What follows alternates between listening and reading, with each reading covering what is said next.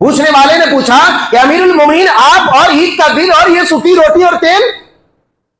ताकि लैसल ईद लिमन लबिसल जदीद व अकल सरीद, कहे अल्लाह के बंदे, ईद उसके लिए नहीं है कि जिसने नया कपड़ा पहन लिया, ईद उसके लिए नहीं है जिसने सरीद खाना खाया, यानी उम्दा बेहतरीन किस्म के खाने खाए, उसके लिए ईद नहीं है, बल्कि ईद उसके लिए है कि जिसको अल्लाह तबारक व तआला ने माफ कर दिया, जिसकी नमाजों को कबूल कर लिया, जिसके रोजों को कबूल कर लिया, जिसके क़याम को कबूल कर लिया, अल्लाह तबारक व तआला ने जिसकी नेकियों पर वो शुक्र लहू, उसकी कदरदानी की, उसके लिए ईद है। ईद उसके लिए है जो मुनकरात से बच गया, ईद उसके लिए है जो बेहयाई से बच गया। आज कितने ऐसे लोग हैं ईद के दिन बड़े बड़े बेहयाई के काम अंजाम देते हैं, शैतानियत के काम अंजाम देते हैं, वो सुन ले, वो मुनकरात के काम अंजाम देने वाले इस बात को साबित कर रहे हैं कि अल्लाह ने उनके आकाओं को, शैतानों को जंजीरों से आजाद कर दिया। उन्होंने अपने आकाओं को यानी शैतानों के खुशनुदी के लिए, शैतानों को खुश करने के लिए वो बदमाशी, शराबनोशी, जुआ, जिना, बदकारी और हरामकारी के वो शिकार हो रहे हैं, ताकि उसका वो आका, उसका वो रफीक, उसका वो दोस्त जिसे अल्लाह तबारक व तआला ने इब्लीस लईन और शयातीन को जकड़ दिया था,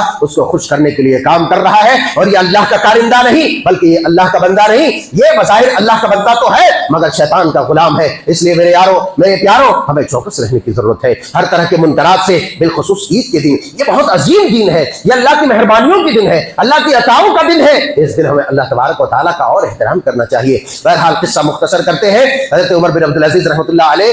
ने भी यही बात कही है कि ईद उसके लिए नहीं है जिसने अच्छा लिबास पहना, अच्छा खाना खाया, बल्कि ईद उसके लिए है